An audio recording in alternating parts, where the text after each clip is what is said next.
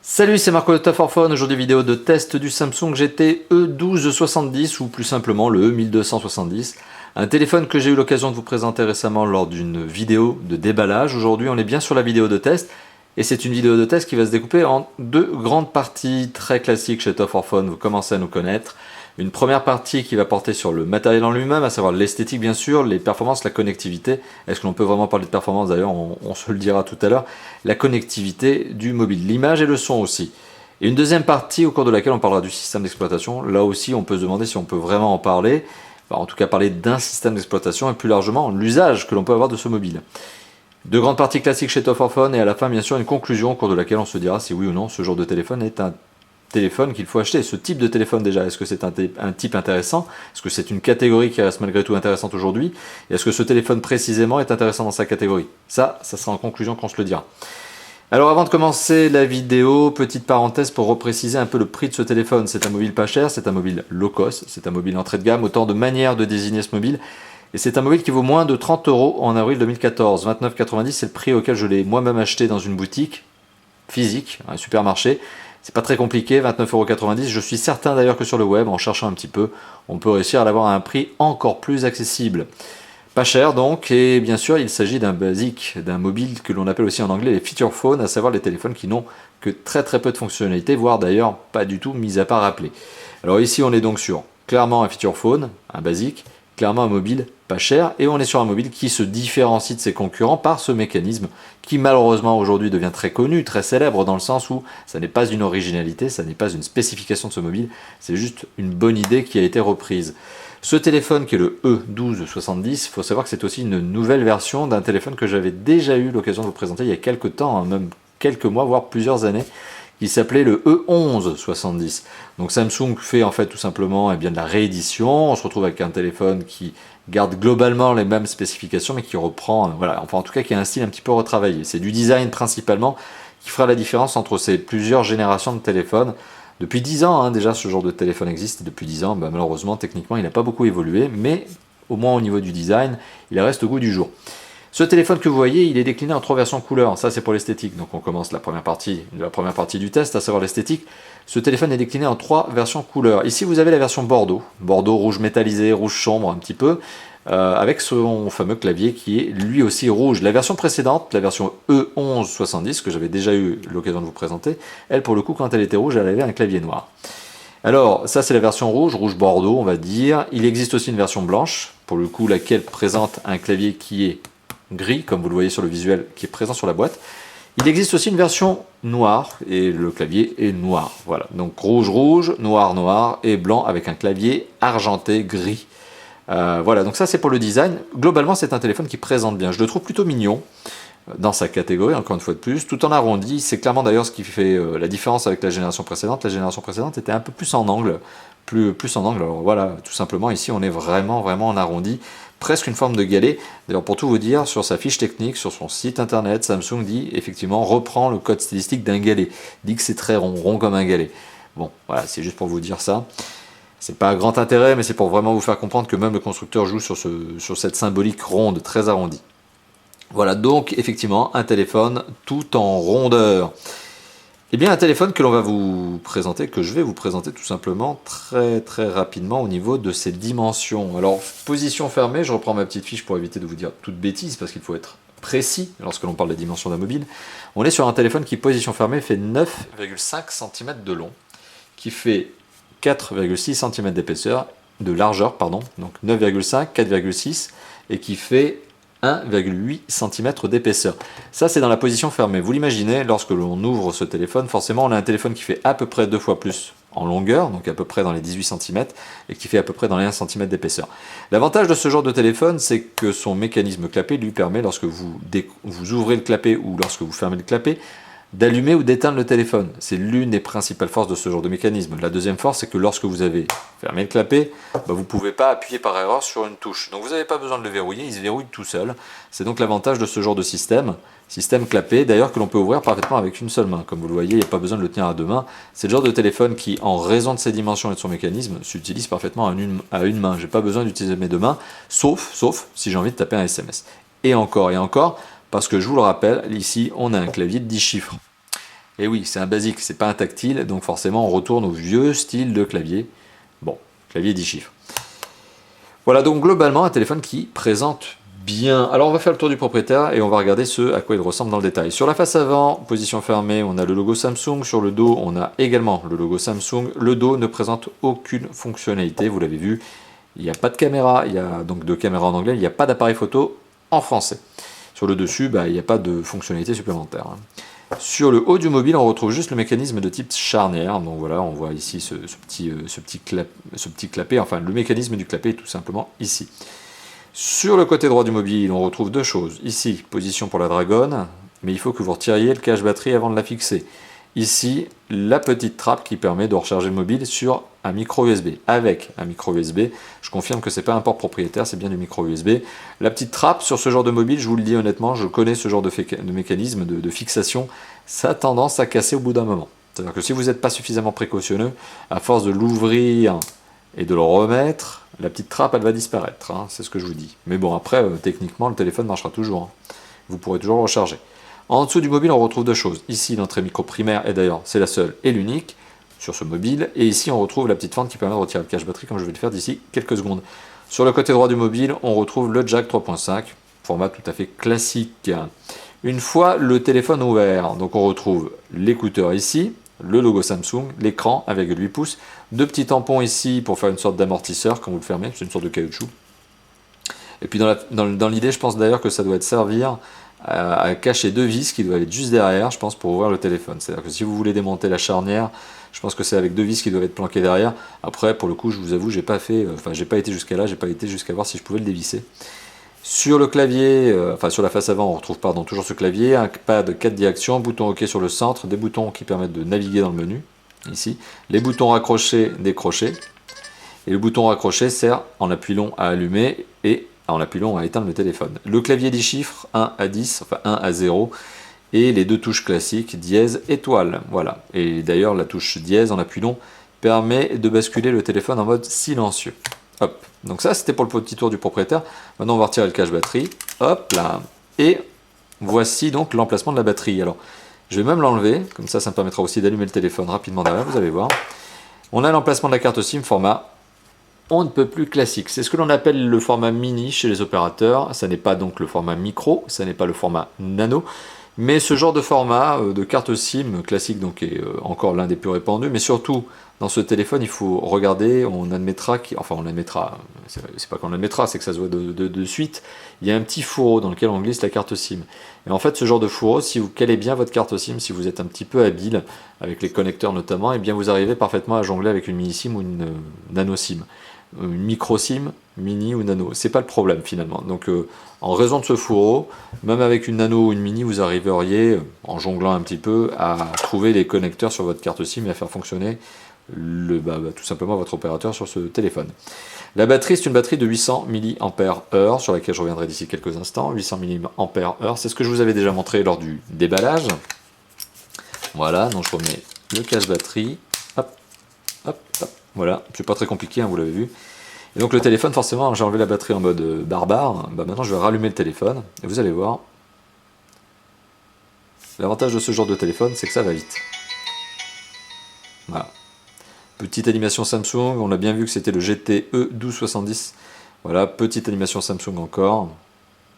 Je pense que si on enlevait les animations Samsung, le téléphone pourrait démarrer en 2 secondes. Hein. Voilà, hop, on va pas... Voilà, vous l'avez vu, c'est hyper rapide. J'ai juste eu un panneau vert qui me demandait de régler l'heure. Bon, j'ai dit non, hop, je passe. Bon, globalement, c'est un téléphone qui s'allume aussi très rapidement. C'est l'une des forces de ce genre de téléphone. On ne met pas 3 plombes quand on allume le téléphone et on met pas 3 plombes non plus à l'éteindre. Ça va très rapidement. Du moins sur ces deux aspects. Pour le reste, c'est un basique.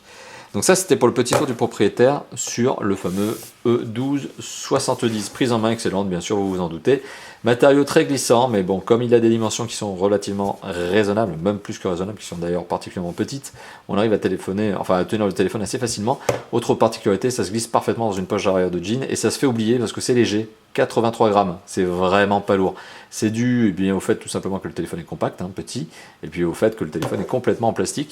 Après, d'un autre côté, en termes de solidité, de longévité, je peux vous dire que ce genre de téléphone, pour l'avoir moi-même eu, enfin en tout cas des versions précédentes, des déclinaisons précédentes, quand vous le laissez tomber, en général, il survit sans aucun problème.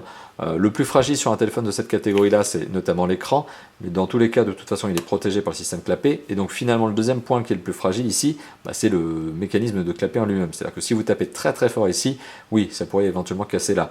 Mais voilà, dans l'idée, c'est le genre de téléphone qu'on peut faire tomber sur du sol dur. Ça, en général, ça casse pas vraiment. Voilà, donc ça c'était pour le petit tour du propriétaire, un petit tour de l'esthétique du téléphone. Maintenant, il est temps de parler de l'image et du son, et vous allez voir que on n'est pas à la fête. Vous avez très rapidement vu l'écran allumé. L'écran allumé, c'est un 1,8 pouces. 1,8 pouces avec une résolution de 160 pixels par 128 pixels. C'est pas la fête, c'est clairement pas la fête, et d'ailleurs pour rigoler, on peut même se dire la densité de pixels 130, non même pas, j'allais dire 130, mais même pas, c'est encore en dessous de ça, c'est 114 ppp, 114 pixels par pouce, ou en anglais ppi, pixels per inch, c'est peu, c'est très très peu. On est sur un téléphone basique, ce qui me permet de vous dire autre chose, ce téléphone n'est absolument pas fait pour voir de la vidéo, et de toute façon, il n'est pas fait pour. Voilà, techniquement, il ne peut pas. Alors, quand je vous dis que 114 ppp, c'est peu, forcément, c'est-à-dire qu'on va voir les pixels sans vraiment forcer sur le mode macro de la caméra, vous l'avez vu. Les pixels se voient assez rapidement. Voilà, vous l'avez vu, il y a une trame qui apparaît, et là j'ai même pas besoin de forcer le mode macro de la caméra. Voilà, donc effectivement, on est sur un téléphone basique, et ça n'est vraiment pas sur l'écran que ce téléphone fera la différence, si ce n'est qu'il est couleur. C'est quand même mieux qu'il y a encore 3-4 ans où les écrans étaient encore monochromes sur ce genre de téléphone. Pour le son, écoutez, c'est relativement simple, c'est relativement facile. Ce téléphone dispose d'un haut-parleur, il n'a pas d'un haut-parleur, non, d'un écouteur, voilà, je suis en train de faire une bêtise, mais il dispose d'un écouteur, bien sûr, logique, pour rappeler, c'est un peu mieux, mais pas de haut-parleur, donc justement, c'est ce que je voulais vous dire, et il dispose d'un jack 3.5 sur le côté, voilà. Donc l'écouteur fera guise de haut-parleur, en fait, en gros, en mettant le son à fond. C'est un peu classique d'ailleurs sur les mobiles entrée de gamme. Pour réduire le nombre de composants et donc le coût des téléphones, voilà, on fait l'économie d'un haut-parleur qui doit coûter 2 centimes. Mais malgré tout, ça permet de tirer le prix vers le bas. Voilà, donc on est sur un téléphone qui dispose d'un son, somme toute, relativement correct. C'est pas la fête, mais c'est pas moche non plus. Ce téléphone, en termes de téléphone, eh bien, il répond bien. C'est-à-dire que non seulement votre interlocuteur vous écoute et vous entendra bien, pour peu que vous ne soyez pas dans un environnement bruyant, parce qu'il n'y a pas de micro, mais il n'y en a qu'un, donc il n'y a pas d'atténuation du parasite extérieur, du bruit extérieur. Et vous justement, vous avez un écouteur qui vous permettra d'écouter parfaitement, d'entendre parfaitement votre interlocuteur. Voilà, sans plus. C'est-à-dire que ça marche bien, et donc c'est un téléphone qui, clairement, est bon pour téléphoner. Il n'y a pas de problème là-dessus. Alors pour ce qui est des performances, bien sûr, vous vous en rendez compte, on ne va pas pouvoir en parler. Ce téléphone ne dispose pas d'un processeur graphique, ni même d'une mémoire vive que l'on puisse véritablement citer. Certes, ces composants, ils existent. Enfin, quoique le processeur graphique n'existe pas en tant que tel, mais ces composants existent bien dans ce téléphone, mais ils sont plus dignes d'une calculatrice scientifique que d'un véritable téléphone, et encore beaucoup plus loin que d'un smartphone. Donc on est sur un téléphone qui ne mérite même pas, de toute façon les spécifications exactes, je ne les ai pas, sur cet aspect processeur graphique, mémoire vive. Par contre, on aurait pu parler de mémoire de stockage, on aurait pu dire quelle était la mémoire de stockage, mais dans l'absolu ça ne sert à rien, puisqu'elle doit se résumer à quelques kilooctets qui vous permettront tout simplement bien de garder des MMS, même pas, voilà, je suis en train de dire une bêtise, mais des SMS dans le téléphone, parce qu'il n'y a pas de fonction MMS. Donc vous voyez, c'est un téléphone qui est vraiment fait pour téléphoner et faire du texto, c'est tout, pas plus. Donc, pas de mémoire de stockage, en tout cas rien à communiquer, c'est quelques KO, c'est certainement moins de 256 KO, c'est clair. On est très très loin du mégaoctet, et on est encore beaucoup plus loin que du gigaoctet, forcément, hein. Là on est très loin. Mais en plus, on n'a pas d'emplacement micro SD de toute façon, donc vous ne pouvez pas ajouter de la mémoire supplémentaire, ce qui me fait vous dire que si on ne peut pas ajouter de la mémoire supplémentaire sur un téléphone qui n'en a pas, eh bien ce téléphone n'est pas fait pour écouter de la musique non plus, mis à part avec la radio FM que je vais vous présenter d'ici quelques instants lorsque je vais parler de l'usage du mobile. Voilà, donc encore une fois de plus, performance, on ne peut pas vraiment en parler. C'est pas qu'il n'est pas bon, c'est juste qu'il n'est pas fait pour. Il n'est pas fait pour être performant, c'est pas un mobile véloce, c'est absolument pas le but ici. Connectivité, alors là pour le coup elle est plutôt limitée, on est sur un téléphone qui est un GSM bi-band. Ah là là là là, le bi-band. Donc c'est clairement un téléphone que vous ne pouvez pas amener avec vous partout dans le monde, tout simplement parce que ce téléphone ne se connecte pas à l'intégralité des réseaux mondiaux. Pour ça, il faut un quadriband. Donc ici on est sur un bi-band, même pas un triband, on est sur un bi-band. Donc voilà, il y a des pays dans le monde dans lesquels vous ne pourrez pas vous connecter avec ce téléphone. Faites très attention si vous partez avec, justement, vous pourriez avoir des petites mauvaises surprises. Alors après, dans l'absolu, c'est pas un téléphone fait pour voyager, dans le sens où les acquéreurs de ce genre de téléphone, vous, moi, hein, il faut savoir que j'en ai un comme ça, j'ai une de mes lignes mobiles, une de mes 2 lignes téléphoniques qui est là-dessus, hein, j'ai un téléphone de ce type-là, eh bien ce téléphone n'est vraiment pas fait pour être celui qui part en voyage, hein, absolument pas. Voilà, et bien c'est tout ce que je peux vous dire au niveau de la connectivité, parce que GSM B-band, oui, alors si, ce que je peux rajouter, c'est que ce téléphone dispose, et vous l'avez vu ici, de la radio FM, laquelle nécessite que vous branchiez le jack en jack 3.5, pardon, le kit piéton ou n'importe quel kit, n'importe quel casque, qui vous permettrait notamment d'avoir une antenne. En fait, le kit piéton, une fois installé, ou casque, va servir d'antenne sur ce téléphone qui n'a pas d'antenne intégrée. Voilà. Donc le signal passera par votre casque, c'est ce qui permettra d'avoir une captation de signal. Pour le reste, bah oui, c'est une radio FM qui marche bien, hein, donc il n'y a pas de problème, mais ça reste une radio FM. Et il n'y a rien d'autre. On a le jack 3.5, certes, mais qui ne permet rien d'autre que ce que je viens de vous dire, kit piéton, antenne et écoute. On a le micro USB qui, là aussi, pour le coup, ne permet rien d'autre que de recharger le téléphone. N'espérez pas synchroniser ce mobile avec votre ordinateur. De toute façon, ça ne servirait à rien. Et voilà, il n'y a pas de Bluetooth, et bien sûr, vous l'imaginez, il n'y a pas de Wi-Fi, il n'y a même pas de connexion web mobile. C'est-à-dire que, encore une fois de plus, ce téléphone n'est même pas fait pour recevoir des MMS. Il s'arrête au SMS. Par contre, sur la connectivité, il y a quand même un point qui est très très bon sur ce téléphone. Très très très bon.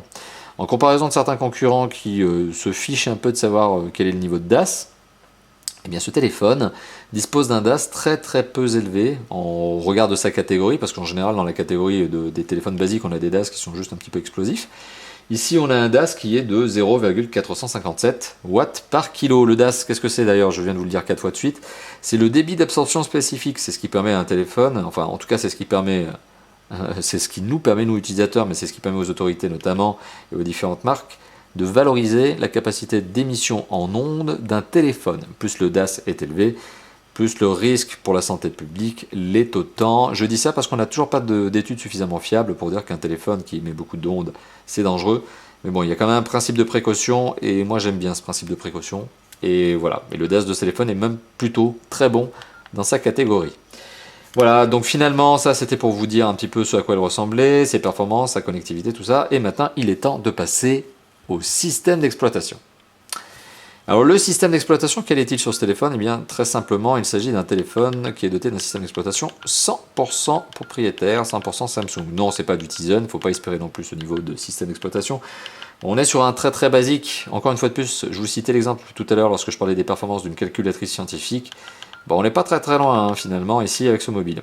On est donc sur un téléphone qui se base sur un menu, vous l'avez vu, qui est lui-même basé sur 12 catégories différentes, 12 icônes différentes, donc dans laquelle on a le journal des appels qui permet de gérer le journal des appels. Je crois que c'est très très explicite. On ne peut pas enlever ça à Samsung parce que les fonctionnalités sont très très bien nommées. Contact qui vous permet de gérer votre répertoire. Radio FM qui est comme tout à l'heure la fonction qui permet de gérer la radio FM. Jeu. Alors là, attention jeu, accrochez-vous, il y en a un, et pas n'importe lequel, on a Sudoku. Alors on peut aimer ou pas Sudoku, c'est à vous de voir. Mais voilà, on a Sudoku, avec une musique, ma foi, très très entraînante. Et pas du tout répétitive. Voilà, je vous laisse profiter de ces quelques secondes d'interlude musical. Voilà, n'hésitez pas à dire en commentaire ce que vous pensez. Hein. Belle musique MIDI, ça me rappelle ma jeunesse. Voilà, c'est mignon. Sauf que c'est gavant, au bout de 2 minutes, comme elle tourne en boucle, donc vous avez tendance un peu à vous énerver avec ce genre de choses. Voilà, mais en tout cas, il y a un jeu de Sudoku, bon, bah, Sudoku, ça dépend comment vous voulez le prononcer. Bon, bah, c'est mignon, c'est gentil, il y a des concurrents qui font même pas ce genre d'effort. Hein. Message, ah bah oui, bah forcément j'ai pas de carte SIM. Message, bah, c'est pour émettre ou recevoir vos messages. Et vos messages, c'est ici vos MMS, sans plus. Mémo, bah, mémo, ça vous permet de créer des notes. Voilà, des petits mémos, quoi, genre mode texto, quoi. Voilà, vous prenez des notes. Bon. Ah, je l'ai enregistré. Ouf. On peut aussi sur ce mobile tout simplement aller dans le calendrier. Alors on a un calendrier.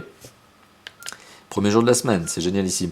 Donc on a un calendrier, voilà, qui vous dit non seulement le mois, l'année, la semaine dans laquelle vous vous situez, bien sûr les jours, bah, un calendrier quoi. On a une calculatrice qui vous permet de faire des calculs, mais pas des calculs scientifiques pour le coup, oui. Il faut pas aller là, il faut pas aller jusqu'à là-bas.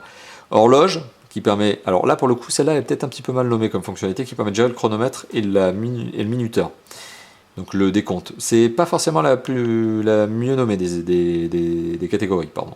L'application qui vous permet d'avoir un convertisseur, notamment de devises. Ce qui est assez marrant d'ailleurs, c'est que je vois pas trop comment on peut avoir un convertisseur de devises, sachant que les devises elles sont pas figées. On n'est pas dans un monde où les monnaies ne fluctuent jamais. Donc c'est assez particulier, j'ai du mal à comprendre. Et ce téléphone n'étant pas connecté, il ne peut pas connaître le cours, hein, donc c'est assez bizarre. Alarme, donc qui vous permet de gérer 5 alarmes différentes. Et paramètres, qui vous permet de gérer les paramètres du téléphone, à savoir les profils, donc notamment son, à savoir notamment l'affichage du téléphone, fond d'écran, thème, luminosité, on le voit, durée de rétroéclairage, hop, on va le mettre à 10 minutes, tac, comme ça on n'aura plus besoin d'allumer le téléphone, enfin de s'amuser avec. Le clavier pour avoir de la lumière tout le temps. On a le rétroéclairage, et oui parce qu'il y a du rétroéclairage. Vous l'avez peut-être pas vu, il faudrait que je sois un petit peu plus dans les conditions solaires. Rétroéclairage, pardon. On a du rétroéclairage. Il faudrait que je sois un petit peu plus dans le sombre pour vraiment vous permettre d'avoir une vraie vision là-dessus. Et puis voilà, 12 icônes, 12 catégories, dans un menu 100% Samsung, qui est bien travaillé, qui est bien nommé. Ça aussi, c'est à mettre au compte, au bon point de ce téléphone. C'est que combien de fois j'ai vu des téléphones basiques avec des catégories qui étaient mal nommées, mal traduites. Des fois, il y a vraiment des blagues. Et là, pour le coup, il n'y a rien qui est mal traduit. Samsung a fait son travail de constructeur, comme il se doit, de concepteur, comme il se doit, et tout est bien fait. Même sur un basique, on sent la différence entre un téléphone qui vaut une trentaine d'euros chez Samsung et qui fait payer ce petit surcoût, et un téléphone qui vaut une vingtaine d'euros chez un concurrent chinois, 100% chinois, et dans lequel on a des traductions qui sont un peu bancales, voire des fois des fonctionnalités qui ressemblent à rien.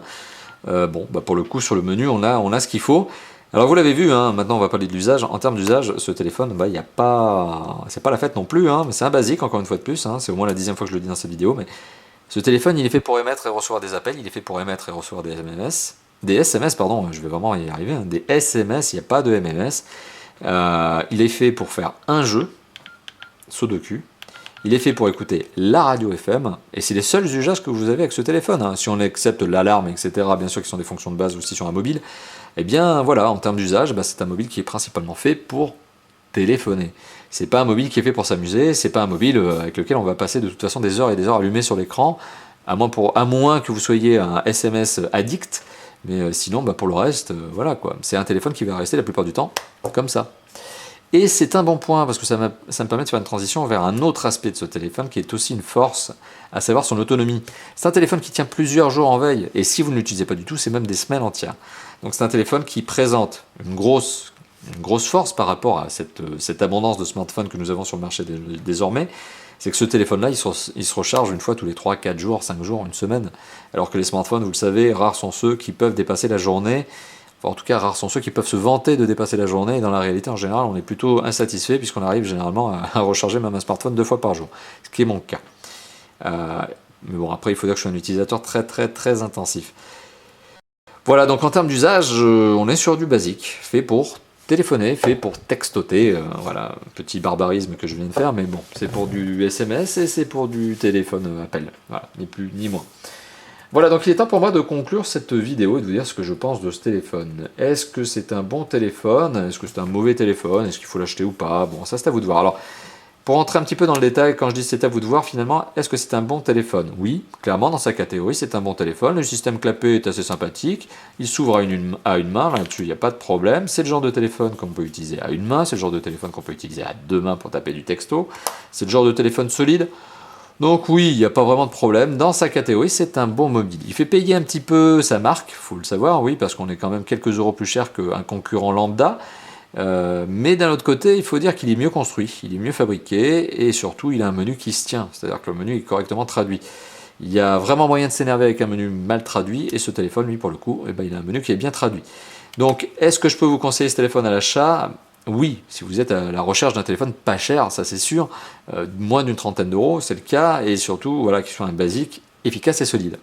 Parce qu'on peut très bien imaginer faire tomber ce téléphone sur une table, sur un sol en béton, etc. Je pense qu'il n'explosera pas, au contraire d'un smartphone. Au pire, il prendra quelques rayures, quelques marques, quelques coups, mais sans plus. Donc c'est un téléphone efficace, basique, solide, et c'est exactement ce qu'on lui demande. Alors, La particularité, c'est qu'il y a certains concurrents qui proposent des petits gadgets supplémentaires sur ce genre de téléphone. Parfois du double SIM, parfois du lecteur MP3 avec un emplacement micro SD pour ajouter de la mémoire, mais ça me fait gentiment sourire en général, parce que ajouter de la mémoire qui risque de vous coûter 20, 30 euros peut-être sur un mobile comme ça, et avoir l'espoir d'écouter du MP3, bah forcément c'est un petit peu particulier, parce que vous partez du postulat que vous allez acheter un téléphone basique, pas cher, 20, 30 euros, sur lequel vous allez greffer une carte mémoire, 20, 30 euros, et finalement ces 20, 30 euros supplémentaires vont vous amener ce téléphone au prix qu'aurait eu un smartphone entrée de gamme low cost. Donc clairement, finalement, quand on a ce genre de mobile, c'est vraiment pour ne rien avoir dedans. C'est vraiment pour avoir le basique, le minimum. On n'achète pas ce mobile avec l'espoir de faire quelque chose de fun avec. C'est pas fait pour. Et dans cette catégorie, je le rappelle encore une fois de plus, je trouve le Samsung E1270 assez malin et bien construit, bien pensé. Voilà, donc vous avez mon avis. C'est un basique qui est bien fait dans sa catégorie, mais bon, forcément, si vous êtes à la recherche d'un smartphone, éloignez-vous rapidement, courez, fuyez. Si vous êtes à la recherche d'un mobile basique, bah voilà, celui-ci peut faire clairement partie de vos choix, surtout qu'en plus il est pas cher et bien construit. Merci d'avoir visionné cette vidéo, une vidéo qui dure depuis maintenant près de 25 minutes, un peu plus de 25 minutes d'ailleurs, sur donc le Samsung E1270. Il y en aura d'autres, des vidéos de basique, si bien sûr vous le voulez. C'est-à-dire que maintenant je vous laisse réagir dans les commentaires et me dire ce que vous pensez de ce genre de vidéo et tout simplement de ce genre de mobile. Oui, le marché du mobile en France notamment, et plus largement dans le monde, ne se résume pas à du smartphone. Oui, il y a encore des acheteurs de ce genre de mobile, et c'est d'ailleurs pour vous, si vous en êtes, que je fais cette vidéo de test. Alors n'hésitez pas justement à commenter cette vidéo sur YouTube, sur notre site, et à me dire si vous voulez que je reteste encore d'autres basiques, ou si au contraire il vaudrait mieux que j'arrête, parce que finalement il n'y a que les smartphones qui vous intéressent. Donc n'hésitez pas à commenter, n'hésitez pas à mettre du pouce vert, sachez que lorsque vous mettez des pouces verts, c'est plutôt pour moi, plutôt que pour le mobile en lui-même. Lorsque vous mettez des pouces rouges, bah, malheureusement c'est ma tête que vous dégommez, et non pas le mobile en lui-même. Donc si le mobile ne vous plaît pas, bah, évitez de mettre des pouces rouges, parce que c'est surtout moi que vous allez dégommer au passage, et pas le téléphone. Donc pour dégommer le téléphone, eh bien, vous n'avez qu'à commenter, il y a la zone de commentaires qui est faite pour ça. Enfin, il y a 3 autres endroits sur lesquels je vous engage tout simplement à nous rejoindre, à nous retrouver. Il y a le forum, tout simplement, parce qu'il y a une section qui s'appelle « Quel téléphone choisir ?». Et donc si vous ne savez pas quel téléphone justement acheter, bah, c'est là-bas qu'il faut poser la question. Et il y a Facebook et Twitter qui me permettent bien tout simplement de répondre à quelques petites questions que vous voudriez me poser, à interagir avec vous, et plus largement, surtout plus précisément, pardon, à vous donner le planning de test de l'équipe de Tough for Phone. Vous le savez, aujourd'hui nous sommes 4 testeurs, et ça n'est pas fini, il y en aura d'autres. Et donc n'hésitez pas tout simplement à vous rendre sur Facebook et Twitter pour savoir quels sont les prochains tests que l'on publiera pour vous. Allez, moi il ne me reste plus qu'à vous dire à bientôt pour d'autres tests, et surtout avant les tests, toujours comme d'habitude, des déballages. Allez, à bientôt, ciao ciao.